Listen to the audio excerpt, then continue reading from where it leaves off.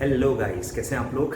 मैं हूं अमित नड्डा, आपका फ्रेंड, फिलोसोफर एंड गाइड। तो मैं सर आपको गाइड करने आया हूं सर, मात्र 15 दिन, 16 दिन, 17 दिन, एज अ केस में भी उतने ही बचे हैं आपके पास। तो अब इस दिनों में आप कैसे मैक्सिमम प्रोडक्टिविटी कर सकते हो, कैसे बेटर टाइम यूटिलाइज कर सकते हो, क्या क्या गलतियां आपको नहीं करनी चाहिए, कुछ इंडिकेटर्स, कुछ हिंट्स मैं आपको दूंगा जो काफ़ी बच्चे कर रहे हैं एक्चुअली। इसीलिए मैं मजबूर हूँ ये वीडियो बनाने के लिए।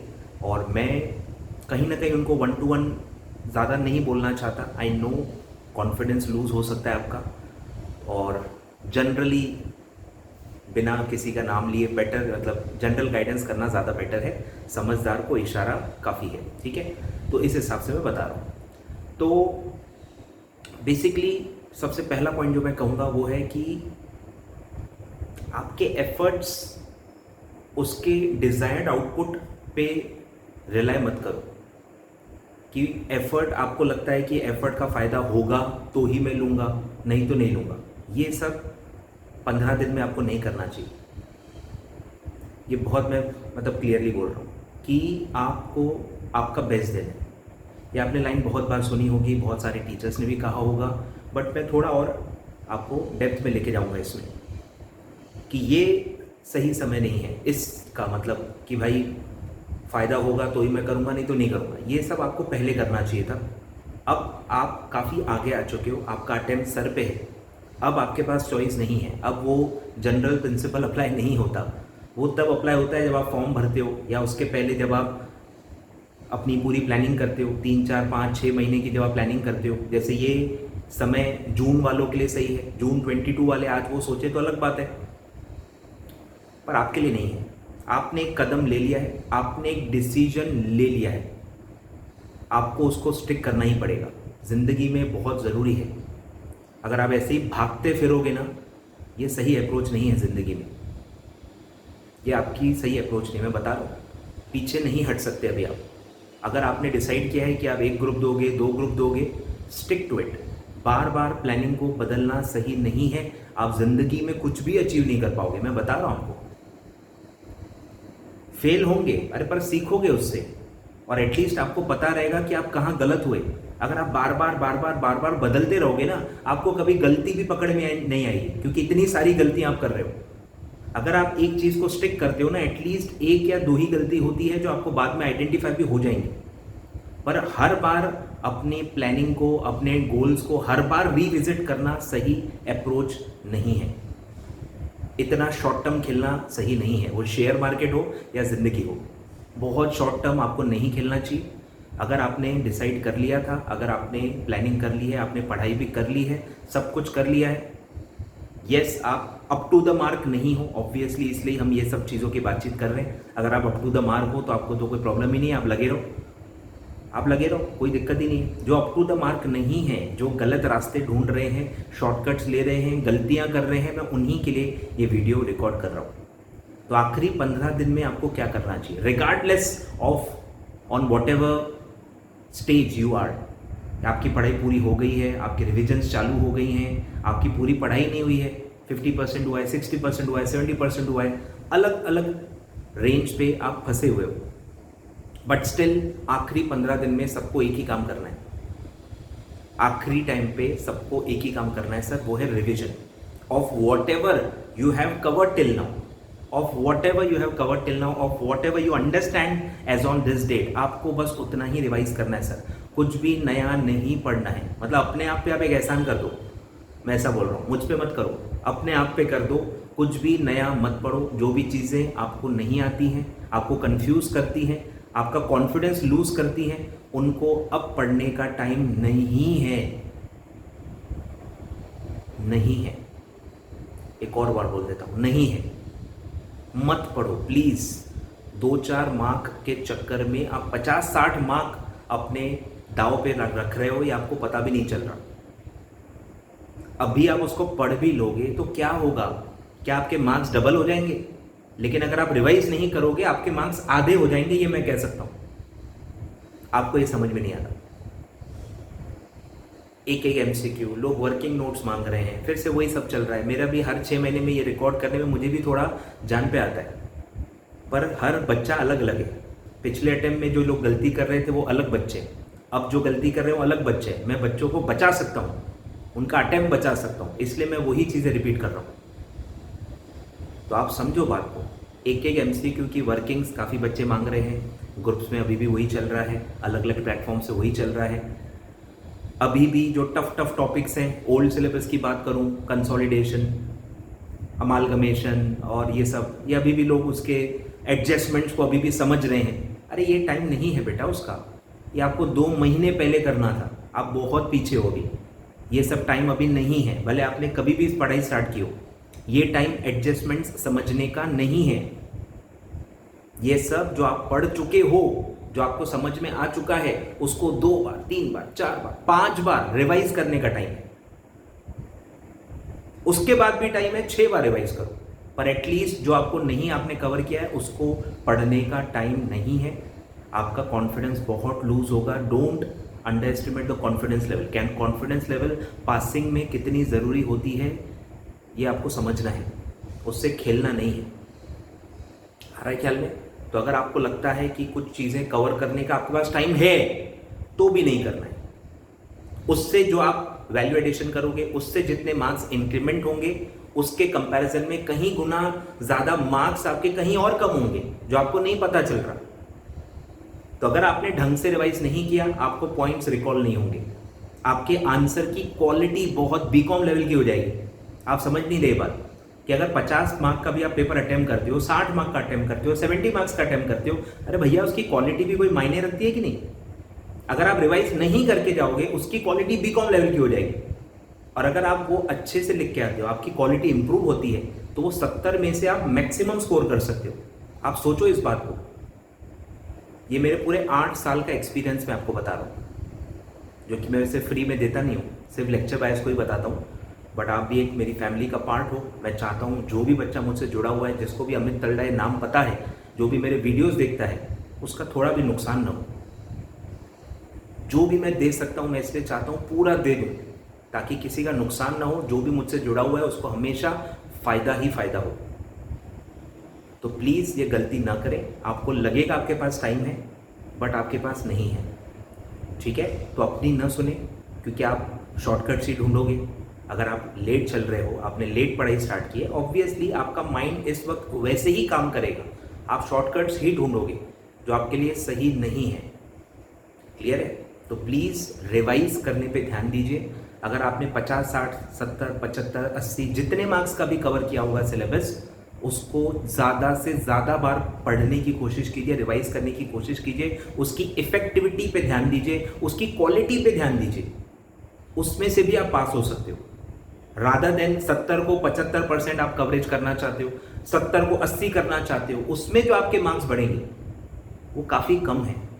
और अगर आप 70 जो आप कवर कर चुके हो उसकी परफेक्शन पे काम करोगे ना, उसमें मार्क्स ज़्यादा बढ़ेंगे। बिलीव मी, कोई भी सब्जेक्ट हो, मैं किसी भी सब्जेक्ट की बात कर रहा हूँ, रिगार्डलेस ऑफ ओल्ड और न्यू सिलेबस। तो प्लीज़ आप परफेक्शन पे ध्यान दीजिए। आपको इसीलिए पॉइंट्स रिकॉल नहीं होते, इसलिए आपको ऑप्शंस में कंफ्यूजन होता है। ये सारे इनके रूट कॉज एक ही है, लैक ऑफ एडिक्वेट रिविजन्स। लोग 2 रिविजन में खुश हो जाते हैं। अरे 2 रिविजन से भी कुछ नहीं होता है आजकल। इतने ज़्यादा मतलब कंटेंट इतना बढ़ गया है, खासकर जो बोथ ग्रुप वाले हैं उनको पता होगा। इतना कंटेंट है कि आपको कंफ्यूजन होगा ही। आपको पंचवर्ड्स भी हो सकता है रिकॉल ना हो। 3, 4 बियॉन्ड दैट आपको सोचना है। 5 बार आप रिविजन करके जाओगे ना, तब जाके आपको चीज़ें याद आएंगी। बिलीव मी, इतना मतलब सिलेबस आज इतना बढ़ गया है, इतना इन डेप्थ क्वेश्चन आ रहा है। 1-2 रिविजन वाला काम अब नहीं रहा है। तो 1-2 रिविजन करके खुश होने की ज़रूरत नहीं है। आपको दिमाग लगाना ही है। अगर मैं वही ये वीडियो इसलिए रिकॉर्ड कर रहा हूँ, अगर आपको दिमाग लगाना ही है ना, राइट डायरेक्शन क्या है कि मेरे 24 घंटे में से ज़्यादा समय कितना मैं पढ़ाई को निकाल सकता हूँ, कहाँ मैं लोगों को ना बोल सकता हूँ, कहाँ मेरे जो टाइम वेस्टिंग चीज़ें हैं उसको मैं ना बोल सकता हूँ। अपने आप से लड़के, दूसरों लोगों से लड़के कैसे आप आधा घंटा अपनी पढ़ाई का बढ़ा सकते हैं, इसमें दिमाग लगाएं। आखिरी 15 दिन में बस यही दिमाग लगाना है कि प्रोडक्टिविटी कैसे बढ़ानी, जितना भी टाइम पढ़ूं मैक्सिमम कैसे उसका मैं ऑप्टिमाइजेशन करूं, कैसे मैक्सिमम मैं उसमें से आउटपुट ले लूं। प्रोडक्टिविटी पे आपको ध्यान देना है, ज़्यादा से ज़्यादा टाइम को बढ़ाना है और अपने आप को मोटिवेटेड रखना है। बस इन्हीं पे आपको अपना दिमाग लगाना है, बाकी शॉर्टकट्स नहीं ढूंढने हैं। और काफ़ी जो टिप्स होती है ना सर, मैं ऑलरेडी दे चुका हूँ। काफ़ी बच्चे हैं, ओल्ड के हैं, न्यू के हैं, मुझसे वही चीज़ें पूछ रहे हैं जो ऑलरेडी अवेलेबल है यूट्यूब पे। आप कंपनी सेक्रेटरी बनने वाले हो यार, आपको काम भी शायद ढंग से पता नहीं, लोगों को ईमेल करने नहीं आ रहा, लोगों को चीज़ें डाउनलोड करने नहीं आ रहा, लोगों को सर्च करने नहीं आ रहा। अरे भाई, इस तरह से अगर आप कंपनी सेक्रेटरी बन भी गए ना, आप कुछ नहीं कर पाओगे अपनी ज़िंदगी में। चीज़ों को साइड में सीखते भी तो जाओ ना।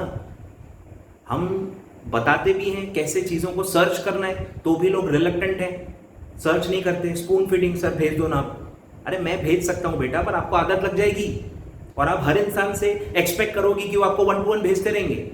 आप डिसअपॉइंट होंगे आपके फ्यूचर में। इसलिए मैं अभी भेजना बंद करता हूँ, मैं नहीं भेजता 1 to 1 चीज़ें। भले आपको बुरा लगे, पर एटलीस्ट आप अपने पैर पे खड़े होंगे, चीज़ों को ढूंढने की सोचोगे, कैसे ढूंढते हैं, क्या करते हैं, अपने आप को डेवलप करोगे। डेवलप करो अपने आप को, क्योंकि शॉर्टकट ढूंढना तो आप हर वक्त ही ढूंढोगे। हर वक्त आपको आलस आएगा ही, हर वक्त आपको इच्छा होगी कि कोई ना कोई आपको 1 to 1 चीज़ें बताते रहे। समझो बात को, गलत चीज़ें हैं। तो प्लीज़ दिमाग लगाएं। कहाँ दिमाग लगाएं? आउटपुट बढ़ाने के लिए मैक्सिमम टाइम कैसे आप 24 घंटे में से ज़्यादा समय कितना पढ़ाई पे दे सकते हैं without affecting your health, mental health, physical health, हर चीज़ का ध्यान रखना है। उसको बिना अफेक्ट किए मैक्सिमम आउटपुट कैसे आप दे सकते हैं, यहाँ ज़रूर दिमाग लगाएं। और पूरा प्लान कर लें, रिविजन्स को अच्छे से प्लान कर लें। मटेरियल कुछ भी नया यूज़ ना करें, कोई भी इक्विपमेंट, कोई भी चीज़, पेन, पेपर, रजिस्टर, सब कुछ भी नया बदले ना, कैलकुलेटर्स ना बदलें, अप्रोच न बदलें। जो भी अभी तक आप फॉलो करते आए हो, जो भी जिस तरह से आप रिवाइज करते आए हो, आप वैसे ही रिवाइज करें। कोई भी टीचर या कोई भी फ्रेंड के बहकावे में ना जाए कि ऐसा कर ले, वैसा कर ले। जब तक आपको उस पर भरोसा ना है, भरोसा जिस पे है आपको अल्टीमेटली तो वही करना है, वो तो है। भरोसा आपको आना चाहिए, जो भी चीज़ें आप कर रहे हो, जो भी कर रहे हो, उस पर आपको भरोसा होना चाहिए कि जो मैं कर रहा हूँ मेरे लिए सही है, तो आप वो फॉलो कर सकते हो। मेरे को कोई दिक्कत नहीं, बस आपको बिलीफ होनी चाहिए, ठीक है, ताकि आप उसको अपना 100% दे पाओ, ठीक है। तो प्लीज़ समझो, जो चीज़ें आपसे नहीं हो पाई हैं, अब वो नहीं हो पाएंगी। अपनी गलती को एक्सेप्ट करो, अपनी गलती को एक्सेप्ट करो, और उसका वो जो नुकसान होना था वो अभी होके ही रहेगा। उसको आप बढ़ा रहे हो और कम नहीं कर रहे हो। आप ये समझो बात को, ये जो अप्रोच आप फॉलो कर रहे हो, इससे आपका नुकसान और बढ़ रहा है, कम नहीं हो रहा है। तो प्लीज़ सम अप करो, जो भी आपने अभी तक पढ़ा है, 70-80% जो भी आपने पढ़ा है, प्लीज़ उसको सम अप करो, उसको परफेक्ट करो, उसको पूरा अंदर ले लो। जैसा भी आपको मल्टीपल रिवीजन जितनी भी लगती हैं, चार्ट्स लगते हैं, जो भी आपको लगता है, जो भी आपका पैटर्न है पढ़ने का, उसको मल्टीपल टाइम रिवाइज कर लो। और उसमें से जो भी आए आप इतना परफेक्टली लिखो कि यार 5 में से 4 ही मिले, 5 में से 4 ही मिले। 4 से ज़्यादा देखो मतलब भरोसा नहीं रहता। वो टीचर, उसके मूड और रूल्स जो भी हैं, वो टीचिंग, वो सब उसके चेकिंग के हिसाब से होता है। पर 5 में से 4 आप एक्सपेक्ट कर सकते हो। अगर आप परफेक्टली चीज़ें लिख रहे हो, सारे पॉइंट्स कवर कर रहे हो, आंसर को प्रॉपरली ग्रामेटिकली करेक्ट लिख रहे हो, भले अपनी लैंग्वेज में ही हो, पर अगर आप ग्रामेटिकली करेक्ट लिख रहे हो, थोड़ा बहुत टेक्निकल वर्ड्स को अगर आप उसमें फ्रेजेस को जोड़ रहे हो, इतना काफ़ी है। पूरा का पूरा मगअप करके, पूरा का पूरा वहाँ पे उल्टी करके नहीं आ सकते आप, वो मैं पहले ही बता रहा हूँ। उसका बर्डन आप मत लो। सेक्शन नंबर्स, सब section numbers, rule numbers, please इसका टेंशन मत लो। टीचर्स बोलते ही हैं, उनका हर चीज़ एक रीज़न होता है। बट एग्जीक्यूटिव में अगर आप हो, please don't bother about section numbers. अगर आपसे याद नहीं हो रहे हैं, please you can skip it. Mention करना ज़रूरी नहीं है। 5 में से 4, 4 में से 3 आप ले सकते हो। प्लीज़ बर्डन मत लो सेक्शन नंबर्स का, सब सेक्शन नंबर्स का, रूल नंबर्स का, ठीक है। तो चिल मारो, जितना आपसे होता है, गिव योर बेस्ट। मैं फिर से वही पॉइंट रिपीट करूंगा जिसके लिए मैं वीडियो रिकॉर्ड कर रहा हूँ। Give your best. आदत डाल लो कि भले आप कहीं, आपको पता है कि आप कोई चीज़ अचीव नहीं कर पा रहे हो, बट स्टिल उसमें पार्टिसिपेट करके अपना बेस्ट देना, ये सिंसियरिटी, ये ऑनेस्टी आपको रखनी पड़ेगी। क्योंकि आपने खुद ही ये डिसाइड किया है, खुद ही कमिट किया है, तो आपको वो पूरा करना चाहिए। आधे में चीज़ें मत छोड़ो, आधे में रास्ते बदलो मत। मैं ये कह रहा हूँ आपसे, एटलीस्ट को कंप्लीट करो। जितना आपसे हुआ, जो भी आप कर सकते हो, जितना भी एफर्ट आप डाल सकते हो, प्लीज़ डू इट। और फिर जो रिजल्ट है वो आएगा। बट रिजल्ट क्या आएगा, उसके हिसाब से मैं एफर्ट्स बदलूंगा, ये सब दिमाग लगाने का सही एरिया नहीं है, ठीक है। तो प्लीज़ जो आपने सोचा है, जो आपने अपने लिए टारगेट रखे हैं, उसी रास्ते पे रहें, रास्ता ना बदलें। बस उसमें वही कह रहा हूँ, प्रोडक्टिविटी बढ़ाएं, टाइम वेस्ट ना करें, शॉर्टकट्स में ज़्यादा ना जाएं, और बस जितना आपने पढ़ा है उसको मल्टीपल टाइम्स आप रिवाइज करने की कोशिश करें। डाउट्स पूछना बंद कर दें प्लीज़, मैं सही बता रहा हूँ, मैं रिक्वेस्ट कर रहा हूँ, डाउट्स पूछना बंद कर दें। हो गया आपको, जिसमें भी डाउट है अब वो आपको नहीं करना है। 1 2 मार्क 4 मार्क 3 मार्क छोड़ दो, जो पढ़ चुके हो उसको बटोरो, उसको समेटो, वो ज़्यादा इंपॉर्टेंट है। फालतू अलग अलग फैकल्टी से पूछना, फिर वेट करना, मेंटली आप उसमें इन्वेस्टेड होते हो, आपको नहीं पता चलता है। एक छोटे से डाउट में आप कितना टाइम वेस्ट कर देते हो आपको ये नहीं पता। सिर्फ भेजने का टाइम नहीं होता है, मेंटली आप अभी भी वही होते हो कि सर का रिप्लाई आया कि नहीं आया, बार बार आप चेक करते हो, आपको एक और रीजन मिल जाता है मोबाइल चेक करने का। इसीलिए मैं कह रहा हूं कि मत करो, मोबाइल यूज ही मत करो, मोबाइल ही यूज मत करो, और ऐसे रीजंस को रिड्यूस करते रहो जो बार बार आपको मोबाइल चेक करने में मजबूर करे। और doubts is one of them. Groups में अलग अलग जगह ये पोस्ट करना, इसकी वर्किंग नोट दे दो, ये इसका लॉजिक बता दो, अरे इससे तुम पास थोड़ी हो जाओगे। एक क्वेश्चन का लॉजिक पता चल गया पास हो जाओगे, लेकिन वो जो टाइम वेस्ट हो गया जिससे आप रिवाइज नहीं कर पाए उससे जरूर फेल हो जाओगे। आ रहा है, कुछ समझ में आ रहा है क्या मैं क्या कह रहा हूं? तो बंद करो, मैं खुद रिप्लाई नहीं करूंगा, आप मेरे लेक्चर बाहर हो तो भी नहीं करूंगा, कि मैं आपका भला चाहता हूं। सिर्फ मैं मेरे लेक्चर बैच का भला चाहता हूं ऐसा थोड़ी है। मेरा न रिप्लाई करना आप ही की भलाई के लिए है। तो कोशिश करो कि डाउट्स न पूछो, जितना भी आपका हो चुका है बस उतने पे ही टिके रहो, उतने में से ही मल्टीपल टाइम्स आप रिवाइज करो। और फालतू के वर्किंग नोट्स और ये और वो मॉड्यूल के क्वेश्चंस, अभी इसका टाइम नहीं है, निकल गया वो टाइम, एक्सेप्ट कर लो और आगे बढ़ो। ठीक है, आई होप हर इंसान पॉजिटिवली लेगा इसको। ठीक है, बहुत ही पॉजिटिवली, बहुत ही दिल से मैं चीज़ें कह रहा हूँ। ठीक है, मेरे बच्चों की तरह, जैसे मैं अपने बच्चे को कहूँगा ना, मैं वैसे आपको कह रहा हूँ, और आप बच्चा समझ के कह रहा हूँ और बहुत उम्मीद से कह रहा हूँ। तो प्लीज़ इसको फॉलो करें, गलती रिपीट ना करें। हर गलती की मिस्टेक आपको पता है 6 महीने होती है यहाँ पे, तो न करें मिस्टेक। 70-80% जितना भी पढ़ा है, अगर आप सक्सेसफुली उसको 4 5 6 7 जितने बार आप पढ़ पाए, अगर आप पढ़ पाए ना, बहुत फ़ायदा होगा आपको। कॉन्फिडेंस लेवल पेपर में आपके बहुत ज़्यादा आएंगे, आपको पॉइंट बहुत ज़्यादा रिकॉल होंगे, और ऑप्शंस में आपको कन्फ्यूजन नहीं होगा, बिलीव मी। ठीक है, तो आई होप 1% भी अगर आपको इसका फ़ायदा हुआ तो प्लीज़ आप कमेंट करके बताइए, आप ये चीज़ें फॉलो करोगे कि नहीं, गलतियाँ बंद करोगे कि नहीं, डाउट्स पूछना, वर्किंग नोट्स मांगना बंद करोगे कि नहीं, मुझे कमेंट करके बताओ। Thank you so much.